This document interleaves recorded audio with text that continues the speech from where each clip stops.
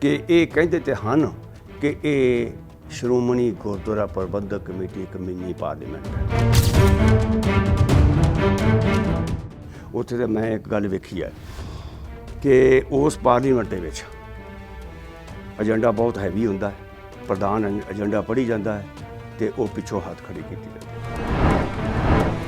ਜਦੋਂ ਸ਼੍ਰੋਮਣੀ ਗੁਰਦੁਆਰਾ ਪ੍ਰਬੰਧਕ ਕਮੇਟੀ ਦੀਆਂ ਚੋਣਾਂ ਹੋਣਗੀਆਂ ਤਾਂ ਮੈਨੂੰ ਲੱਗਦਾ ਹੈ ਕਿ ਸ਼ਾਇਦ ਇਹ 2 ਦਾ ਅੰਕੜਾ ਵੀ ਨਾ ਪਾਸ ਕਰ ਸਕਣ, ਕਿਉਂਕਿ ਸ਼੍ਰੋਮਣੀ ਗੁਰਦੁਆਰਾ ਪ੍ਰਬੰਧਕ ਕਮੇਟੀ ਦਾ ਗਲਬਾ ਜੋ ਕਿ ਬਾਦਲਾਂ ਨੇ ਆਪਣੇ ਹੱਥ 'ਚ ਰੱਖਿਆ ਸੀਗਾ, ਲਿਫਾਫਾ ਕਲਚਰ ਸ਼ੁਰੂ ਕੀਤਾ ਹੋਇਆ ਸੀਗਾ। ਲਿਫਾਫਾ ਕਲਚਰ ਜਿਹੜਾ ਇਹ ਇੱਕ ਬਹੁਤ ਡੇਂਜਰਸ ਗੱਲ ਹੈ। SGPC ਇਲੈਕਸ਼ਨਸ ਦੀ ਗੱਲ ਕਰਾਂਗੇ। ਪਿੱਛੇ ਜੇ ਬੀਬੀ ਜਗੀਰ ਕੌਰ ਨੇ ਹੰਕਾਰ ਭਰੀ ਵੱਖਰੇ ਤੌਰ ਤੇ ਇਲੈਕਸ਼ਨ ਲੜੀ, 42 ਵੋਟਾਂ ਹਾਸਲ ਕੀਤੀਆਂ ਨੇ। ਕਿਵੇਂ ਵੇਖਦੇ ਹੋ ਸਾਰੀ ਇਲੈਕਸ਼ਨ ਨੂੰ?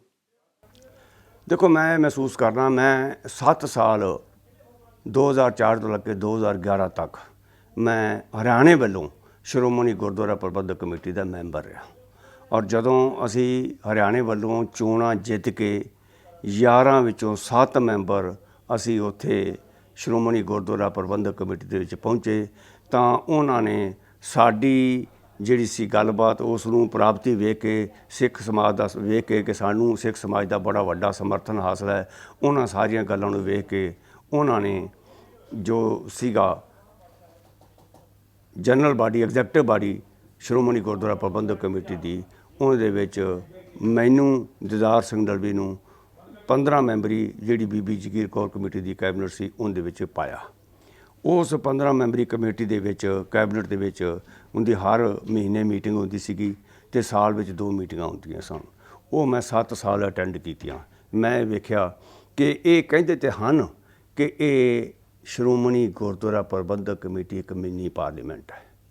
ਪਾਰਲੀਮੈਂਟ ਦਾ ਮਤਲਬ ਮੇਰੇ ਖਿਆਲ ਦੇ ਵਿੱਚ ਸ਼ਾਇਦ ਇਹ ਹੈ ਕਿ ਇੱਕ ਉਹ ਸਥਾਨ ਜਿੱਥੇ ਲੋਕ ਇਕੱਠਿਆਂ ਹੋ ਕੇ ਆਪਣੇ ਵਿਚਾਰ, ਆਪਣੀਆਂ ਗੱਲਾਂ ਬਾਤਾਂ, ਆਪਣੀਆਂ ਲੋੜਾਂ ਥੋੜਾਂ, ਆਪਣੀਆਂ ਦੁੱਖ ਦਰਦ ਅਤੇ ਭਵਿੱਖ ਦਾ ਨਕਸ਼ਾ ਉਲੀਕ ਸਕਣ। ਤਾਂ ਇਹ ਗੱਲ ਜਿਹੜੀ ਹੈ, ਇਹ ਮੈਂ ਦਾਅਵੇ ਨਾਲ ਕਹਿਣਾ, ਸਿੱਖ ਹੋਣ ਦੇ ਨਾਤੇ ਕਹਿਣਾ, ਸ਼੍ਰੋਮਣੀ ਕਮੇਟੀ ਦਾ ਭੂਤਪੂਰਵ ਮੈਂਬਰ ਹੋਣ ਦੇ ਨਾਤੇ ਕਹਿਣਾ ਕਿ ਉੱਥੇ ਕੋਈ ਡੈਮੋਕ੍ਰੇਟਿਕ ਸਿਸਟਮ ਦੀ ਕੋਈ ਗੱਲਬਾਤ ਨਹੀਂ। ਮੈਂ ਇੱਕ ਦਫਾ ਧੱਕੇ ਨਾਲ ਉੱਥੇ ਬੋਲਣ ਦਾ ਟਾਈਮ ਲਿਆ। ਜਿਸ ਵਕਤ ਮੈਂ ਧੱਕੇ ਨਾਲ ਬੋਲਣ ਦਾ ਟਾਈਮ ਲਿਆ ਤਾਂ ਮੈਂ ਉਸ ਵਕਤ ਗੱਲ ਇਹ ਕਹੀ ਕਿ ਬਾਬੇ ਨਾਨਕ ਜੀ ਦਾ ਹੁਕਮ ਹੈ, ਜਬ ਲਗ ਦੁਨੀਆ ਰਹੀਏ ਨਾਨਕ, ਕਿਛ ਸੁਣੀਏ ਕਿਛ ਕਹੀਏ। ਇਹ ਗੱਲ ਸਭ ਤੋਂ ਪਹਿਲੋਂ ਗੁਰੂ ਨਾਨਕ ਸਾਹਿਬ ਨੇ ਉਹ ਗੱਲ ਡੈਮੋਕ੍ਰੇਟਿਕ ਕਹੀ, ਡਾਇਲਾਗ ਦੀ, ਕੁਛ ਸੁਣੀਏ ਕੁਛ ਕਹੀਏ। ਵੀ ਬੋਲਣ ਦੀ ਆਜ਼ਾਦੀ ਹੋਣੀ ਚਾਹੀਦੀ, ਕਹਿਣ ਦੀ ਆਜ਼ਾਦੀ ਹੋਣੀ ਚਾਹੀਦੀ ਹੈ, ਸੁਣਨ ਵਾਸਤੇ ਵੀ ਤੁਹਾਡੇ ਕੋਲ ਕੰਨ ਹੋਣੇ ਚਾਹੀਦੇ ਨੇ, ਟਾਲਰੈਂਸ ਹੋਣੀ ਚਾਹੀਦੀ ਹੈ। ਪਰ ਇਹ ਸਾਰੀਆਂ ਦੀ ਸਾਰੀਆਂ ਜਿਹੜੀਆਂ ਗੱਲਾਂ ਨੇ ਉਹ ਮੈਂ ਸ਼੍ਰੋਮਣੀ ਗੁਰਦੁਆਰਾ ਪ੍ਰਬੰਧਕ ਕਮੇਟੀ ਵਿੱਚ ਦੇ ਇਸ ਮਾਹੌਲ ਵਿੱਚ ਮੈਂ ਨਹੀਂ ਵੇਖ ਰਿਹਾ ਅਤੇ ਕਿਰਪਾਪੂਰਵਕ ਇਸ ਗੱਲ ਵੱਲ ਧਿਆਨ ਦਿੱਤਾ ਜਾਵੇ।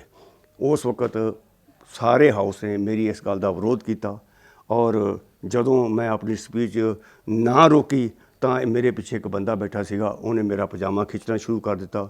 ਮੈਂ ਉੱਥੇ ਜਥੇਦਾਰ ਸ੍ਰੀ ਅਕਾਲ ਤਖਤ ਸਾਹਿਬ, ਉਹ ਸ੍ਰੀ ਗੁਰੂ ਗ੍ਰੰਥ ਸਾਹਿਬ ਦੀ ਹਜ਼ੂਰੀ 'ਚ ਬੈਠੇ ਹੋਏ ਸਨ। ਮੈਂ ਉਹਨੂੰ ਹੱਥ ਜੋੜ ਕੇ ਬੇਨਤੀ ਕੀਤੀ ਕਿ ਮੇਰੇ ਨਾਲ ਵਧੀਕੀ ਹੋ ਰਹੀ ਹੈ, ਮੇਰੇ ਨਾਲ ਇਨਸਾਫ ਕਰੋ। ਉਹ ਨਹੀਂ ਬੋਲੇ। ਤਾਂ ਜਿਸ ਵਕਤ ਮੈਂ ਬੋਲੋਂ ਨਹੀਂ ਹਟਿਆ ਤਾਂ ਬੀਬੀ ਜਗੀਰ ਕੌਰ ਨੇ ਸ੍ਰੀ ਅਨੰਦਪੁਰ ਸਾਹਿਬ ਦਾ ਪਾਠ ਕਰਨਾ ਸ਼ੁਰੂ ਕਰ ਦਿੱਤਾ। ਦੈਟ ਮੀਨਸ ਜਿਸ ਗੱਲ ਦੀ ਵਜ੍ਹਾ ਕਰਕੇ ਸਾਰੇ ਹਾਊਸ ਨੇ ਕਿਹਾ ਕਿ ਹੁਣ ਪਾਠ ਹੋਣਾ ਸ਼ੁਰੂ ਹੋ ਗਿਆ ਅਤੇ ਤੁਸੀਂ ਚੁੱਪ ਕਰਕੇ ਬਹਿ ਗਓ। ਮੈਂ ਗੁਰਬਾਣੀ ਦੇ ਇਹਤਰਾਮ ਵਜੋਂ ਮੈਂ ਵੀ ਚੁੱਪ ਕਰਕੇ ਬੈਠ ਗਿਆ। ਤਾਂ ਇਹ ਹੈ ਅਸਲ ਹਕੀਕਤ, ਅਸਲ ਤਸਵੀਰ ਕਿ ਉੱਥੋਂ ਡੈਮੋਕ੍ਰੇਸੀ ਕਿੰਨੀ ਹੈ, ਬੋਲਣ ਦੀ ਕਿੰਨੀ ਕਿਉਂ ਇਜਾਜ਼ਤ ਹੈ। ਉੱਥੇ ਤਾਂ ਮੈਂ ਇੱਕ ਗੱਲ ਵੇਖੀ ਹੈ ਕਿ ਉਸ ਪਾਰਲੀਮੈਂਟ ਦੇ ਵਿੱਚ ਏਜੰਡਾ ਬਹੁਤ ਹੈਵੀ ਹੁੰਦਾ ਹੈ, ਪ੍ਰਧਾਨ ਏਜੰਡਾ ਪੜ੍ਹੀ ਜਾਂਦਾ ਹੈ ਅਤੇ ਉਹ ਪਿੱਛੋਂ ਹੱਥ ਖੜੇ ਕੀਤੇ ਜਾਂਦੇ ਨੇ। There have never been any discussion, ਉੱਥੇ ਡਿਸਕਸ਼ਨ ਦੀ ਪਰੰਪਰਾ ਹੀ ਨਹੀਂ ਗਈ। ਔਰ ਉਹ ਅੱਜ ਵੀ ਐਸੀ ਗੱਲ ਚੱਲ ਰਹੀ। ਇਸੇ ਗੱਲ ਨੂੰ ਮੁੱਖ ਰੱਖ ਕੇ ਬੀਬੀ ਜਗੀਰ ਕੌਰ ਨੇ ਬਗਾਵਤ ਕੀਤੀ ਹੈ, ਔਰ ਉਹਨੇ ਲੋਕਾਂ ਨੇ ਉਹਨਾਂ ਦਾ ਸਾਥ ਦਿੱਤਾ ਹੈ।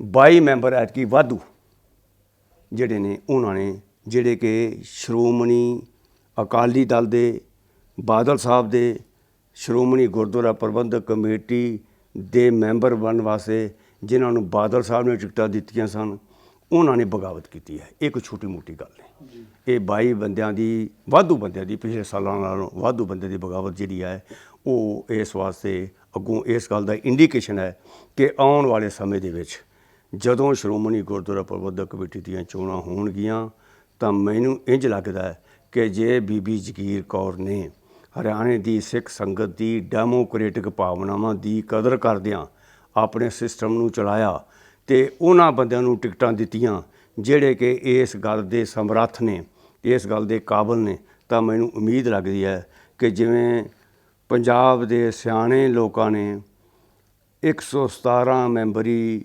ਅਸੈਂਬਲੀ ਦੇ ਵਿੱਚ ਸ਼੍ਰੋਮਣੀ ਅਕਾਲੀ ਦਲ ਦੇ ਕੇਵਲ ਤੇ ਕੇਵਲ 3 ਮੈਂਬਰ ਗਲਤੀ ਨਾਲ ਚੁਣੇ ਨੇ, ਇਸੇ ਤਰ੍ਹਾਂ ਹੀ ਆਉਣ ਵਾਲੇ ਸਮਿਆਂ ਦੇ ਵਿੱਚ ਜਦੋਂ ਸ਼੍ਰੋਮਣੀ ਗੁਰਦੁਆਰਾ ਪ੍ਰਬੰਧਕ ਕਮੇਟੀ ਦੀਆਂ ਚੋਣਾਂ ਹੋਣਗੀਆਂ ਤਾਂ ਮੈਨੂੰ ਲੱਗਦਾ ਹੈ ਕਿ ਸ਼ਾਇਦ ਇਹ 2 ਦਾ ਅੰਕੜਾ ਵੀ ਨਾ ਪਾਸ ਕਰ ਸਕਣ, ਕਿਉਂਕਿ ਸ਼੍ਰੋਮਣੀ ਗੁਰਦੁਆਰਾ ਪ੍ਰਬੰਧਕ ਕਮੇਟੀ ਦਾ ਗਲਬਾ ਜੋ ਕਿ ਬਾਦਲਾਂ ਨੇ ਆਪਣੇ ਹੱਥ 'ਚ ਰੱਖਿਆ ਸੀਗਾ, ਲਿਫਾਫਾ ਕਲਚਰ ਸ਼ੁਰੂ ਕੀਤਾ ਹੋਇਆ ਸੀਗਾ। ਲਿਫਾਫਾ ਕਲਚਰ ਜਿਹੜਾ ਇਹ ਇੱਕ ਬਹੁਤ ਡੇਂਜਰਸ ਗੱਲ ਹੈ।